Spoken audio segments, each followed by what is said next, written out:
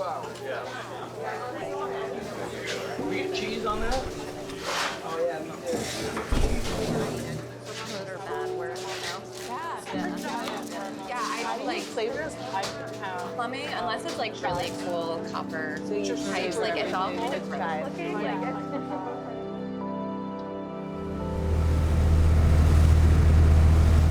I'm really grateful to have this opportunity to be sitting at this table with the three of you.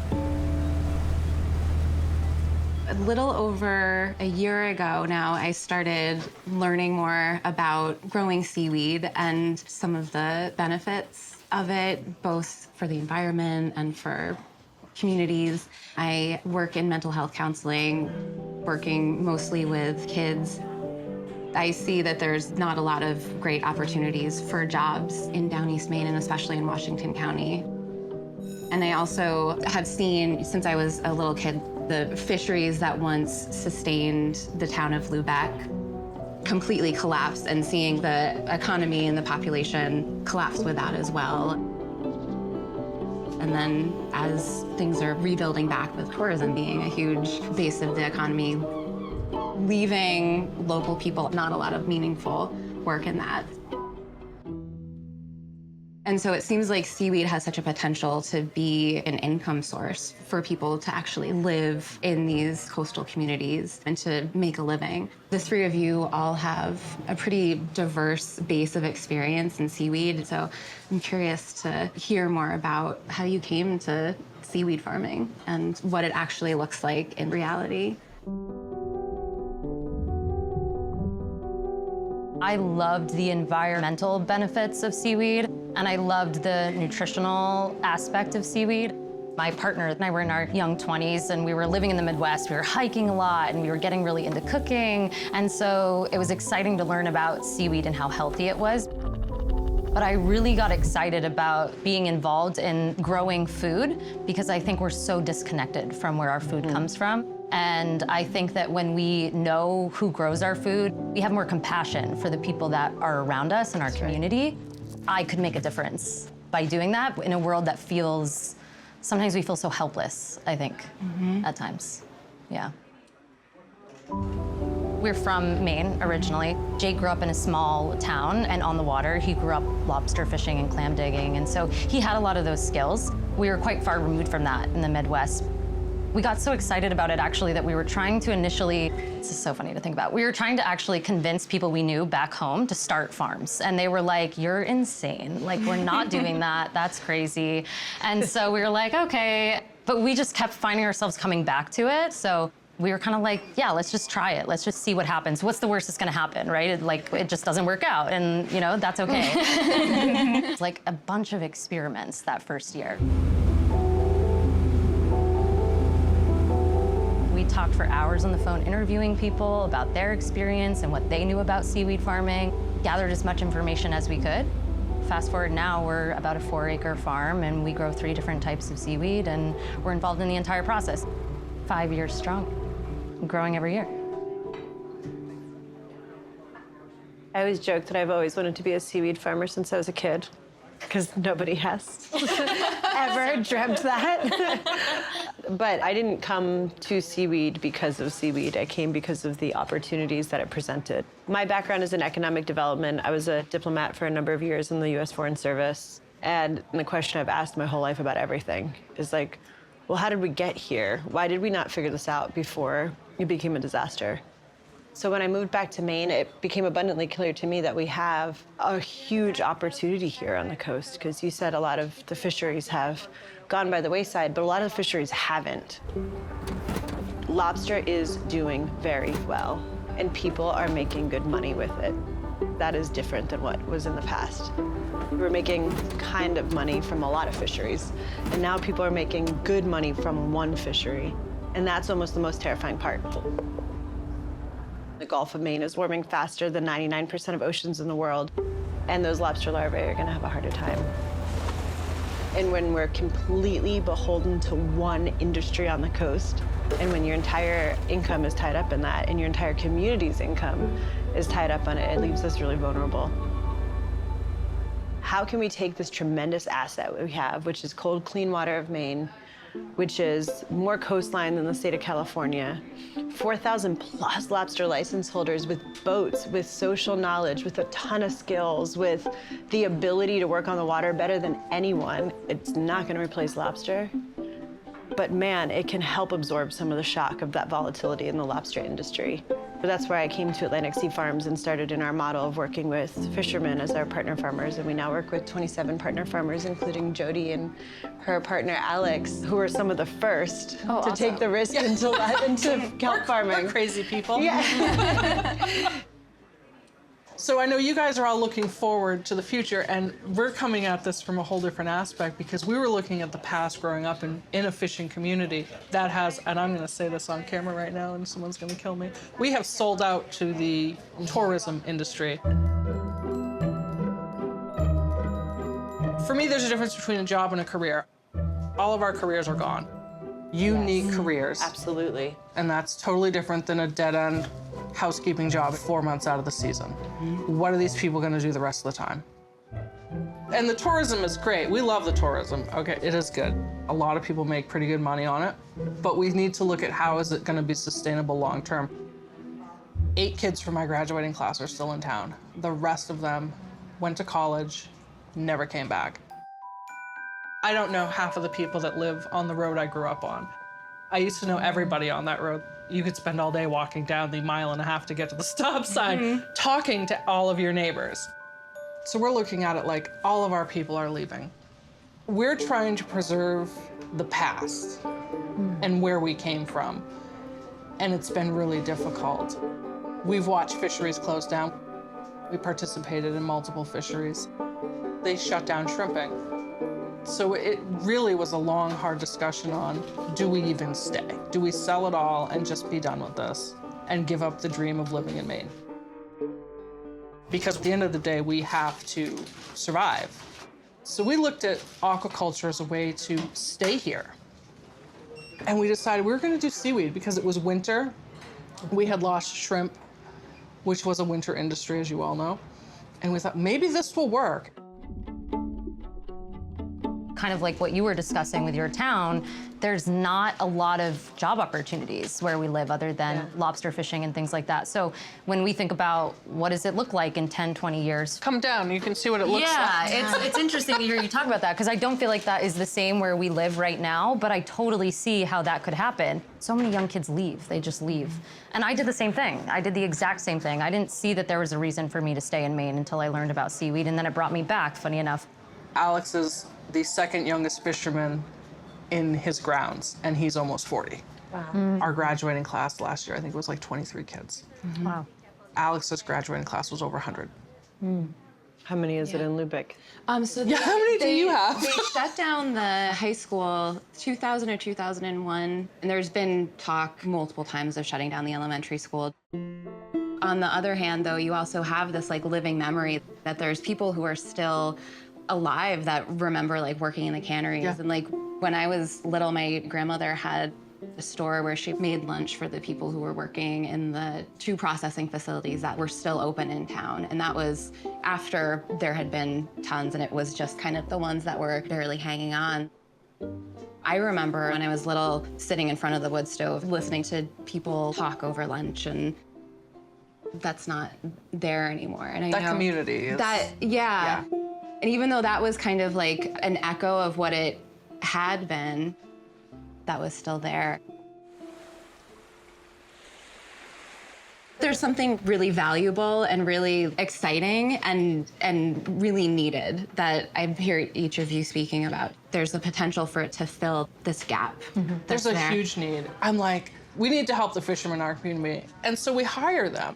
I want them to say, okay, we're a part of this. I look at it like we're helping another family be able to stay in our area and not move away, like so many others have. So far, it's worked out beautifully, and it's allowed them to take part in it. You all have invested so much time and energy and like sweat and blood and tears and all of it into like Money. and money. Oh yeah, that too. Yes. I say money. I've literally cried out there, so. Yes. I was gonna say, I think people romanticize this idea of like, oh, you're in Maine and you're on the ocean and how nice. It's like, yeah, it's in the middle of winter actually. It's windy and it's freezing and we have 50 layers on and it's really hard actually. Like some days are really, really challenging. When you think of the challenges, what stands out? We're farmer owned, we're self-funded, and we're small. And so learning how to scale, but in a way that we feel is sustainable and manageable for us, has been probably our biggest challenge. Especially where we're located, trying to operate in a really small town. Also where people just don't really understand, I think, what we're doing. Yeah. Yeah. Have you encountered anybody that has seen what you're doing as a potential threat? Yeah, I think actually when we initially got started, we knew that if we were gonna go in and say like, we're gonna take up this plot of ocean, that people are gonna be intimidated by that.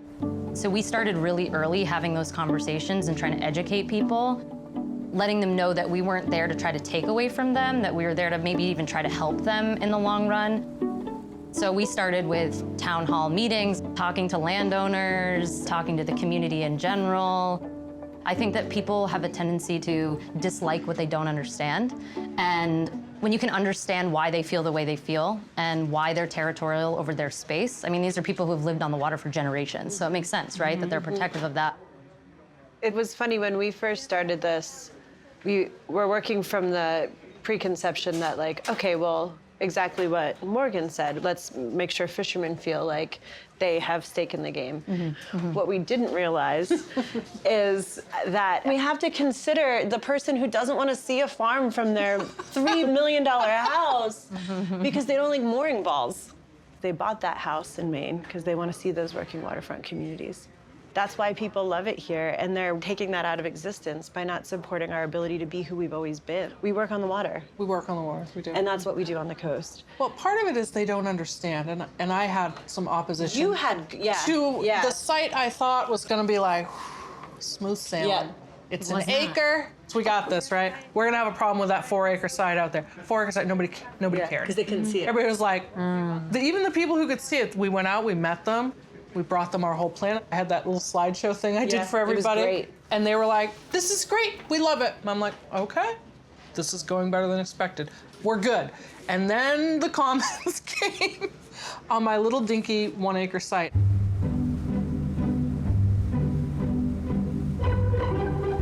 And they're like, polyballs. And I'm like, I'm at the end of a mooring field.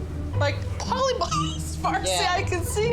And then they wanted us to sink them and do all this crazy stuff. And our lease got held up because of that. For a long time. For a long time. So I finally had enough one day. And I actually went through our tax book at home.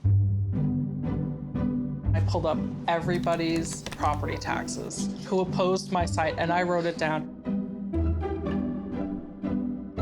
And I looked at him, I said, you realize you pay more in property taxes on your summer vacation home than I make in an entire year. We're just trying to make a living. And they were like, oh. I'm like, I'm dead serious. You pay more in property taxes for a summer home you spend 6 weeks in a year than I make in an entire year. And it's like the light bulb turned on, and they were like, oh, I understand. Just looking at some of the challenges that are out there of being a woman on the working waterfront and being in this business, what comes to mind? If it seems like there's more opportunity in seaweed too for women since it is such a new industry here, or if they're also kind of the same old challenges that come with that too. Oh, I'll start. I would actually love to hear what you have to say. me because I too. think, It's gonna be interesting. Yeah. I grew up in a man's world. I did. We all did. That's true. Here we are. You learn some things you probably shouldn't learn at a tender young age on the deck of a boat. I'm just gonna say that. It was actually taboo for a very long time, where it was like bad juju to have a woman on a boat. There are men that still to this day believe that, but you're finding a shift in the younger guys. They don't care, as long as you show up and you do your job well. But it is hard, and you are looked at different. There's a lot of opportunity for women in the industry, but I think you're still gonna have it be a man's world for a very long time.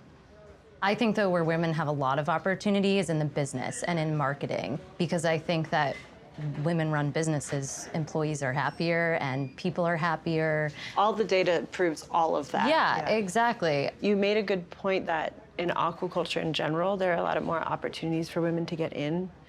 And I started sort of forgetting about the gender imbalance in seafood writ large, because here there are a lot of women running oyster farms. There are a lot of women running kelp farms. The scientists, most of the scientists we work with here are women.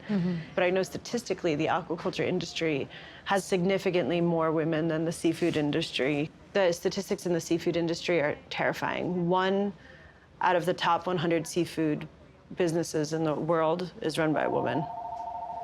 So I guess my question is, how many of these men have women standing behind them? That's a thing. Like but all of them. They might have women standing behind them, but they're not in the C-suite. I'm tired of being behind. We've talked about so many challenges and this upstream swim that it seems like you're all facing to help support communities and women and families and the environment and all of this. Like, what makes it all worth it to keep going? Every day I wake up and I love going to work.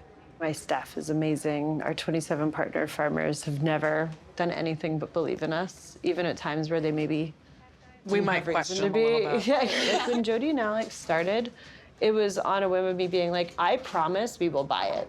Yeah, and we had a they conversation did it. at home like, what happens if they don't buy it? Like, what do we do with it? And I found a fertilizer company that. There you go. So maybe you didn't trust me as much as I Got some background plans. Nobody knew that we were going to show up. No one knew what we were going to do with it.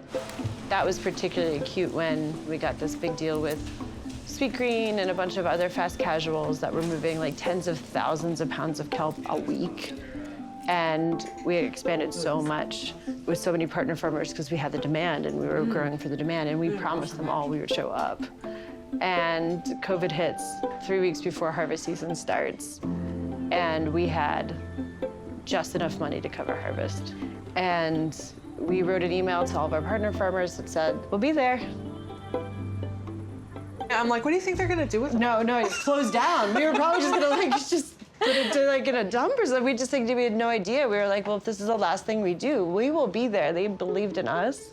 And we were able to go to the people who invest in our business and say, this is our option. We either buy the kelp and go out of business, or we buy the kelp and we have a little bit more money that you guys can put into it to give us a little runway to try something differently.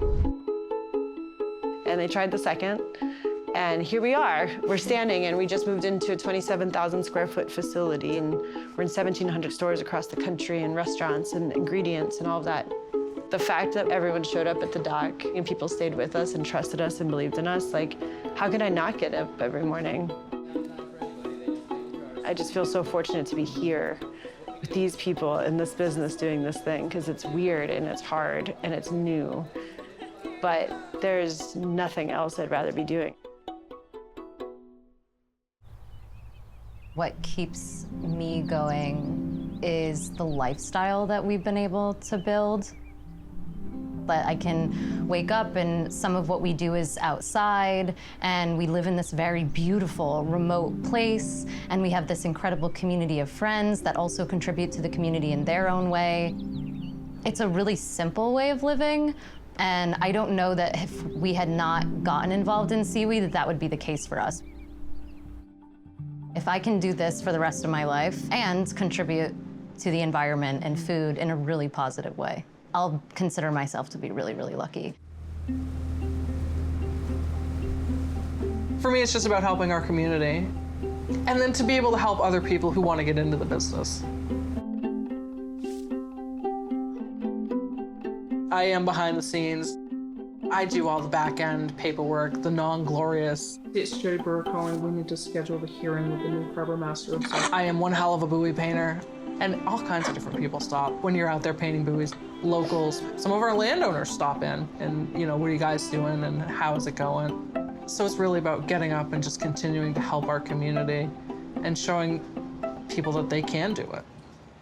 You actually are like passionate about going to work, which is, I think, a rarity for a lot of people nowadays. And I'm curious what your hopes are for seaweed farming into the future. If it was a very common thing in households that people were sprinkling seaweed or eating it somehow in their smoothies. Just like your salt and pepper. Yeah, exactly. That it's just so normal. That would be my hope. I'm gonna echo exactly what you said, but add on Campbell's soup, and General Mills, and everyone has seaweed in everything, and you don't even know it. It might be ingredient 7, but they're using it, and they're using line-grown, US-grown kelp. Like, I don't know how many emails I've sent to like huge corporations being like, you need kelp, so just tell me when you're ready. And then sometimes they're like, I do. Like, oh, cool. Do you want me to come to your house tomorrow? Or like, what would you like? I do think that it would be really exciting if kids in high school were deciding to stick around the coasts of Maine to have a kelp farm. Or even just work at a production facility or whatever it is to get involved in aquaculture. I had no idea that that was an option growing up. So like you said at the very beginning, you know, you have this dream of being a kelp farmer. How cool would that be if we could inspire people to want to be a kelp farmer? I would love to see small towns like yours be able to sustain itself without becoming reliant on the tourism industry. For me, I would love to see kelp grow to the point that we are making different materials with it, and we can put processing into some of these small towns that used to have canneries, where you could have a career, where you got retirement and health benefits and live comfortably in your town, and then your kids could then go into an industry. It seems like there's just such potential for that on the coast. But that doesn't yet exist. Hopefully, like this conversation and what we're all doing on the water can show people it's not scary, because it's not. It's changed to continue to be who we are. There's so much opportunity, and I think we're at the very beginning. This is helping our community stay. I think there's a lot of hope in that.